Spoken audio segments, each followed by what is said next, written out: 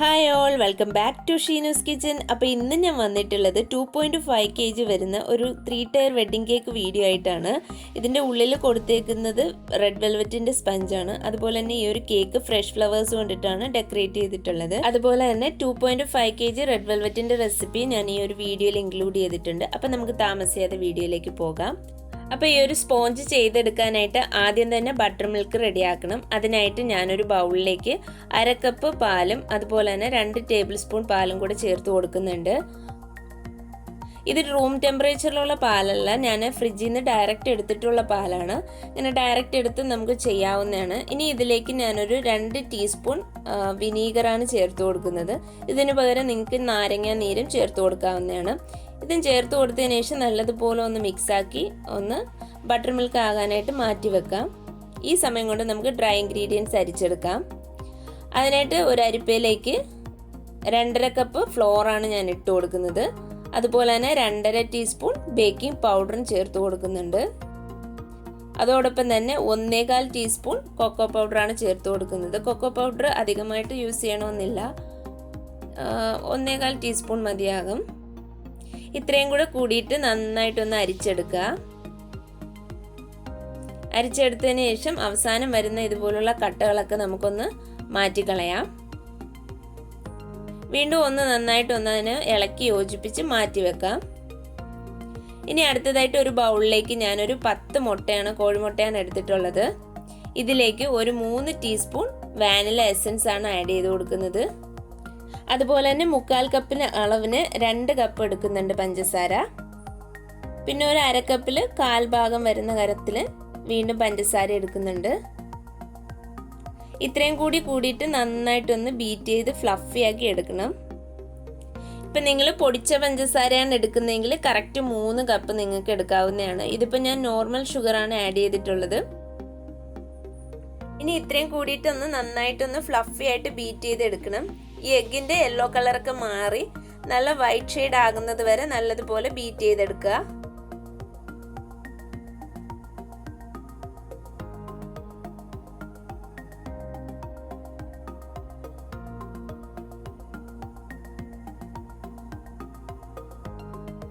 ഇപ്പം നമ്മുടെ എഗ്ഗും പഞ്ചസാരയും കൂടെ കൂടിയിട്ട് ഒരു 6-7 മിനിറ്റ് നല്ലതുപോലെ ഒന്ന് ബീറ്റ് ചെയ്ത് ഫ്ലഫി ആക്കി എടുത്തിട്ടുണ്ട്.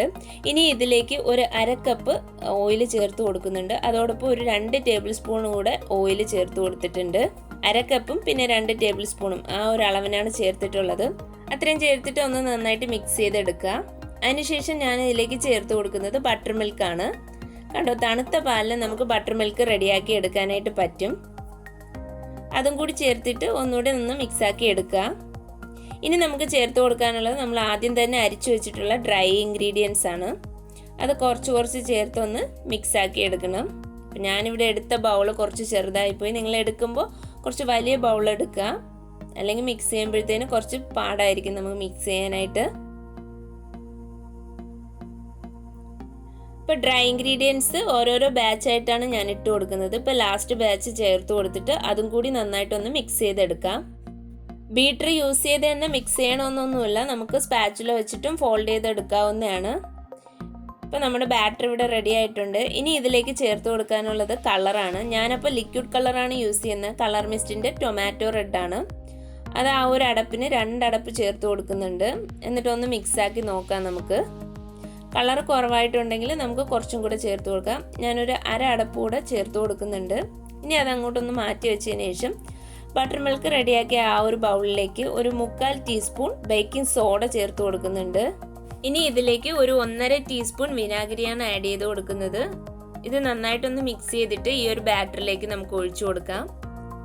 ഈ വിനാഗിരിയും ബേക്കിംഗ് സോഡയും മിക്സ് ചെയ്ത് ഒഴിച്ച ഉടനെ തന്നെ നമുക്ക് കേക്ക് ബേക്ക് ചെയ്തെടുക്കണം. അതൊന്ന് നന്നായിട്ടൊന്ന് ബീറ്റ് ചെയ്തെടുത്തിട്ടുണ്ട്.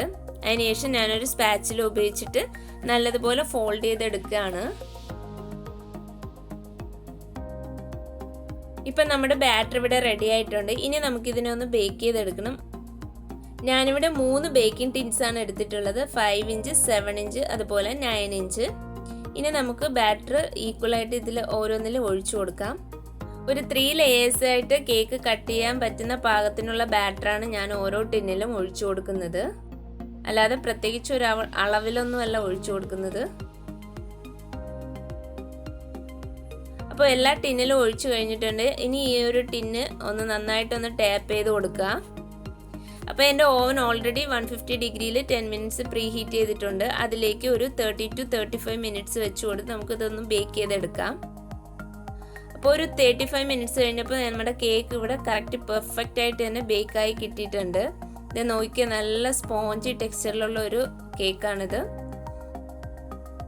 അപ്പോൾ ഇത് ഞാനൊരു 2.5 kgയുടെ റെസിപ്പിയാണ് ഇതിലിട്ടിട്ടുള്ളത്. ഇനി 1 kg, ഹാഫ് kgയുടെ ഒക്കെ റെസിപ്പി ഞാൻ വരുന്ന എപ്പിസോഡുകളിൽ പോസ്റ്റ് ചെയ്യുന്നതായിരിക്കും. അപ്പം ഞാൻ ഈ ഒരു കേക്കിൻ്റെ ടെക്സ്ചർ കാണിച്ചു തരാം. കണ്ടോ, നല്ല സോഫ്റ്റ് ആയിട്ടുള്ള ടെക്സ്ചറിലുള്ള കേക്കാണ്. അപ്പോൾ എല്ലാം ഞാനൊരു 3 ലേയേഴ്സായിട്ട് കട്ട് ചെയ്ത് വെച്ചിട്ടുണ്ട്. ഇനി നമുക്ക് ഫ്രോസ്റ്റിംഗ് ചെയ്യാം. അപ്പോൾ അതിനായിട്ട് ഒരു 3 kgയുടെ ബേസാണ് ഞാൻ എടുത്തിട്ടുള്ളത്. അതിലേക്ക് കുറച്ച് ക്രീം അപ്ലൈ ചെയ്തതിന് ശേഷം ഫസ്റ്റ് ലെയർ കേക്ക് വെച്ച് കൊടുത്തു. ഇനി അതിനെ ഒന്ന് ഷുഗർ സിറപ്പ് കൊണ്ട് നമുക്ക് വെറ്റ് ചെയ്തെടുക്കാം.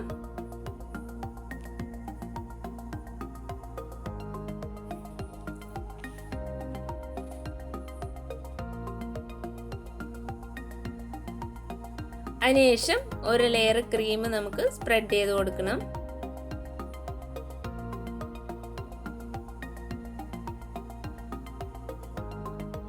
അതിനുശേഷം സൈഡ്സ് ഒന്ന് ക്ലിയർ ചെയ്ത് കൊടുക്കാം. ഇനി ഇതിലേക്ക് ഞാൻ ചേർത്ത് കൊടുക്കുന്നത് സ്ട്രോബെറി ക്രഷ് ആണ്. അതും ഒന്ന് ഈക്വലായിട്ട് സ്പ്രെഡ് ചെയ്ത് കൊടുത്തതിന് ശേഷം ഗ്രേറ്റ് ചെയ്തിട്ടുള്ള വൈറ്റ് ചോക്ലേറ്റ് ഇട്ട് കൊടുക്കാം. ഇതിന് പകരം നിങ്ങൾക്ക് വേണമെങ്കിൽ വൈറ്റ് ചോക്ലേറ്റ് ചിപ്സും ആഡ് ചെയ്ത് കൊടുക്കാവുന്നതാണ്. ഇനി നമുക്ക് സെക്കൻഡ് ലെയർ കേക്ക് വെച്ച് കൊടുക്കാം. ഇനി അത് നമുക്ക് നല്ലതുപോലെ ഒന്ന് ഷുഗർ സിറപ്പ് കൊണ്ട് വെറ്റ് ചെയ്തെടുക്കണം. ഇനി ഫസ്റ്റ് ചെയ്ത അതേ പ്രൊസീജിയർ തന്നെ ആദ്യം ക്രീം ഇട്ട് കൊടുക്കുക. അതിന് മുകളിലേക്ക് നമുക്ക് കുറച്ച് സ്ട്രോബെറി ക്രഷും ചോക്ലേറ്റ് ഗ്രേറ്റ് ചെയ്തതും ഇട്ട് കൊടുക്കാം.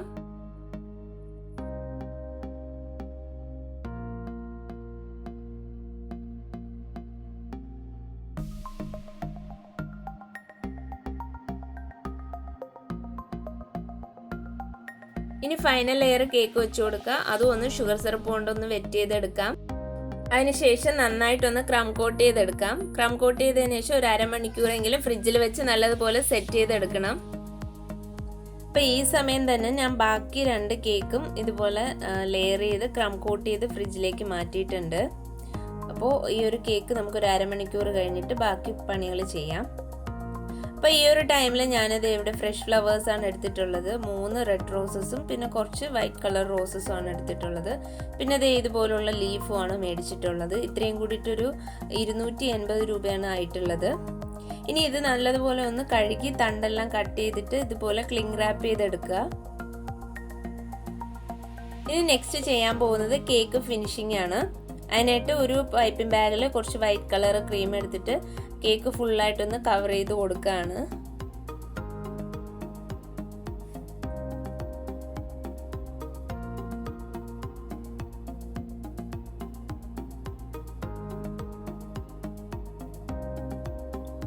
ക്രീം കൊണ്ട് കവർ ചെയ്തതിന് ശേഷം ഇതുപോലെ സ്പാച്ചിൽ വെച്ചിട്ട് ഇതൊന്ന് ക്ലിയർ ചെയ്ത് നമുക്ക് ഫിനിഷ് ചെയ്തെടുക്കണം. ആദ്യം സൈഡ് വേസ് ആണ് ചെയ്യുന്നത്. അതിനുശേഷം കേക്കിൻ്റെ ടോപ്പ് ഭാഗം ചെയ്ത് കൊടുക്കുക. അപ്പോൾ ഈ ഒരു ക്രീം കുറച്ചൊന്ന് ഓവർ ബീറ്റ് ആയിട്ടുണ്ട്. അതുകൊണ്ട് തന്നെ ഞാൻ നന്നായിട്ടൊന്ന് കുറച്ച് ക്രീം കൂടെ ലൂസായിട്ടുള്ള ക്രീം കൂടെ ഒഴിച്ച് ഒന്നുകൂടെ മിക്സാക്കി എടുത്തിട്ടുണ്ട്. പിന്നെ കുറച്ച് ചൂടുവെള്ളം വെച്ചിട്ടാണ് ഇതൊന്ന് ഫിനിഷ് ചെയ്യുന്നത്. ക്രീം ഓവർ ബീറ്റ് ആയതുകൊണ്ടാണ് ചൂടുവെള്ളം യൂസ് ചെയ്തിട്ട് ഒന്ന് ഫിനിഷ് ചെയ്തെടുക്കുന്നത്. അപ്പോൾ കേക്ക് ഓൾമോസ്റ്റ് ഇത് ഇവിടെ നല്ലതായിട്ട് ഫിനിഷ് ചെയ്തെടുത്തിട്ടുണ്ട്. ഇനി ഈ കേക്ക് ബോർഡിൽ പറ്റിയിട്ടുള്ള ക്രീമൊക്കെ ഇതുപോലുള്ളൊരു ബ്രഷ് യൂസ് ചെയ്തിട്ട് ഒന്ന് ക്ലീൻ ചെയ്ത് കൊടുക്കുക.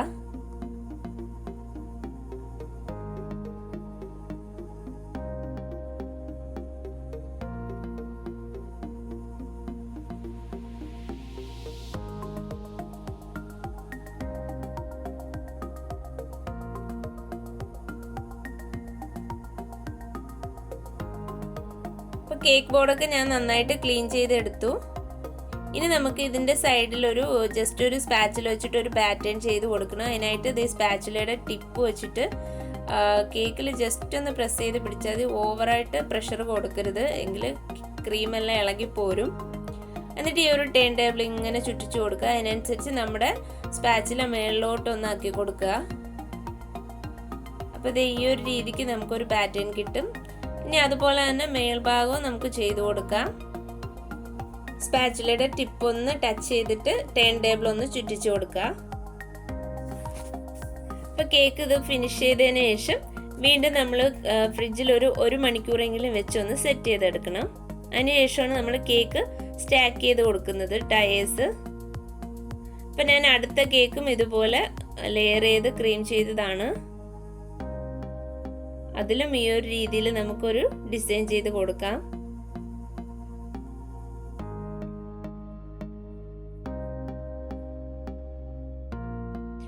മൂന്ന് കേക്ക് ഞാൻ അതുപോലെ ഫിനിഷ് ചെയ്തെടുത്തിട്ടുണ്ട്. ഇനി അതിനുശേഷം ഈ 3 കേക്കും ഫ്രിഡ്ജിൽ നല്ലോണം ഒരു മണിക്കൂറെങ്കിലും കുറഞ്ഞത് വെച്ചതിന് ശേഷം നമ്മുടെ കേക്ക് നല്ലതുപോലെ സെറ്റായി കഴിഞ്ഞിട്ടുണ്ടെങ്കിൽ നമുക്ക് കേക്ക് ടയർ ഫിക്സ് ചെയ്ത് കൊടുക്കാനായിട്ട് വളരെ എളുപ്പമായിരിക്കും. അപ്പോൾ 3 കേക്ക് ഒരു മണിക്കൂറോളം ഞാൻ വെച്ചതിന് ശേഷം പുറത്തെടുത്തിട്ടുണ്ട്. ഇനി ഇത് ഇതുപോലെ സ്ട്രോ ഒന്ന് കുത്തി വെച്ച് കൊടുക്കുക ഫസ്റ്റ് ടയറിൽ. അപ്പോൾ ഞാനിവിടെ പേപ്പർ സ്ട്രോ ആണ് യൂസ് ചെയ്യുന്നത്.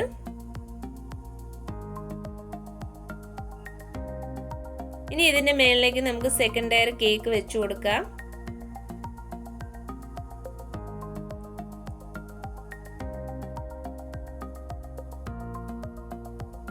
ഇനി 2 ടയറും ടച്ച് ചെയ്യുന്ന രീതിയിൽ നമുക്ക് വീണ്ടും സ്ട്രോ ഒന്ന് കുത്തി കൊടുക്കുക.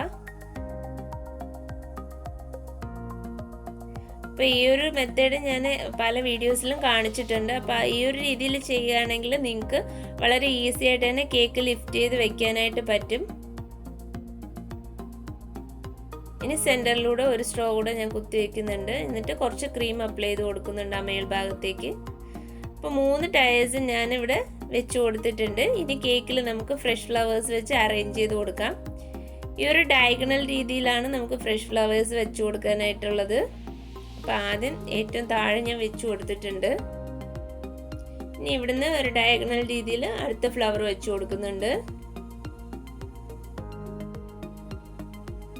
ഇനി ഏറ്റവും മേളിലായിട്ട് ഇതുപോലെ റെഡ് റോസ് നമുക്ക് വെച്ച് കൊടുക്കാം. ഇനി ഈ റെഡ് റോസിന് ചുറ്റി വരുന്ന രീതിയിലാണ് നമ്മൾ വൈറ്റ് റോസസ് വെച്ച് കൊടുക്കുന്നത്. വീഡിയോയിൽ കാണുന്ന പോലെ നിങ്ങൾക്ക് സെറ്റ് ചെയ്ത് കൊടുക്കാം. ഈ ഒരു രീതിയിലോ നിങ്ങൾക്ക് ഇഷ്ടമുള്ള ഒരു പാറ്റേണിലോ ഒക്കെ നമുക്ക് ഈ ഒരു ഫ്ലവേഴ്സ് അറേഞ്ച് ചെയ്ത് കൊടുക്കാവുന്നതാണ്. അപ്പോൾ ഇതെനിക്ക് കസ്റ്റമർ തന്നിട്ടുള്ള ഒരു മോഡലായിരുന്നു, അതുകൊണ്ടാണ് ഞാൻ ഈ ഒരു രീതിയിൽ വെച്ച് കൊടുക്കുന്നത്.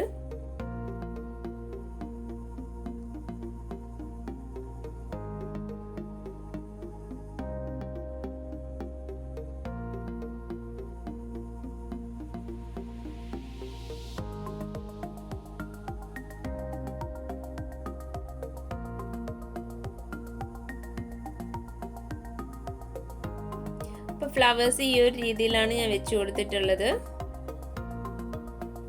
ഇനി നമുക്ക് ലീഫ് അറേഞ്ച് ചെയ്ത് കൊടുക്കാം. അപ്പോൾ ലീഫ് അറേഞ്ച് ചെയ്യുന്നതിൻ്റെ വീഡിയോ ഞാൻ ഡീറ്റെയിൽ ആയിട്ട് കാണിച്ചിട്ടില്ല. നമ്മുടെ ഇഷ്ടത്തിന് ഒരു രീതിയിൽ നമുക്ക് അറേഞ്ച് ചെയ്ത് കൊടുക്കാം. അപ്പോൾ ഈ ഒരു രീതിയിലാണ് ഞാൻ വെച്ച് കൊടുത്തിട്ടുള്ളത്.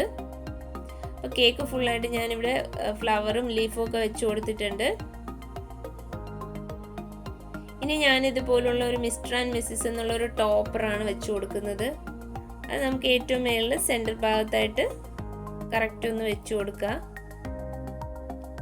അപ്പം നമ്മുടെ കേക്ക് ഇവിടെ ഫിനിഷ് ആയിട്ടുണ്ട്. ഇനി ലാസ്റ്റിലായിട്ട് ഞാൻ കുറച്ച് ഷുഗർ ബോൾസ് ഇട്ട് കൊടുത്തിട്ടുണ്ട്. ഗോൾഡൻ കളറിലുള്ള മീഡിയം സൈസിലെയും സ്മോൾ സൈസിലെയും കുറച്ച് ഷുഗർ ബോൾസ് അവിടെ ആയിട്ട് സ്പ്രിങ്കിൾ ചെയ്ത് കൊടുത്തിട്ടുണ്ട്. അപ്പം നമ്മുടെ കേക്ക് ഫുള്ളായിട്ട് സെറ്റ് ആയിട്ടുണ്ട്. അപ്പോൾ ഈ ഒരു കേക്ക് നിങ്ങൾക്കും ട്രൈ ചെയ്യാവുന്നതാണ്. വളരെ ഈസി ആയിട്ട് തന്നെ നമുക്ക് ചെയ്തെടുക്കാനായിട്ട് പറ്റും. പിന്നെ ഞാൻ അതുപോലെ തന്നെ ഫോണ്ടന്റിലാണ് പേര് എഴുതി വെച്ചിട്ടുള്ളത്. കേക്ക് ബോർഡിലാണ് സ്റ്റിക്ക് ചെയ്ത് കൊടുത്തിട്ടുള്ളത്. അപ്പോൾ ഈ ഒരു കേക്ക് ചെയ്യുന്ന വീഡിയോ നിങ്ങൾക്ക് എല്ലാവർക്കും ഇഷ്ടമായെന്ന് വിശ്വസിക്കുന്നു. ഇഷ്ടമായെങ്കിൽ ലൈക്ക് ചെയ്യുക. അതോടൊപ്പം നിങ്ങളുടെ ഫ്രണ്ട്സിനും ഫാമിലിക്കും ഒക്കെ ഈ ഒരു വീഡിയോ ഷെയർ ചെയ്ത് കൊടുക്കുക. എൻ്റെ ചാനൽ ഇതുവരെ സബ്സ്ക്രൈബ് ചെയ്തിട്ടില്ലെങ്കിൽ സബ്സ്ക്രൈബ് ചെയ്യുക. അടുത്തുള്ള ബെൽ ഐക്കൺ ക്ലിക്ക് ചെയ്താൽ അതിൽ ഓൾ എന്നൊരു ഓപ്ഷൻ എനേബിൾ ചെയ്തിട്ടുണ്ടെങ്കിൽ ഞാനിടുന്ന വീഡിയോസൊക്കെ കൃത്യമായി തന്നെ നോട്ടിഫിക്കേഷൻ നിങ്ങൾക്ക് ലഭിക്കുന്നതാണ്. അപ്പം നെക്സ്റ്റ് നല്ലൊരു വീഡിയോ ആയിട്ട് വരുന്നവരേക്കും എല്ലാവർക്കും bye bye. Thank you for watching Sheenu's kitchen.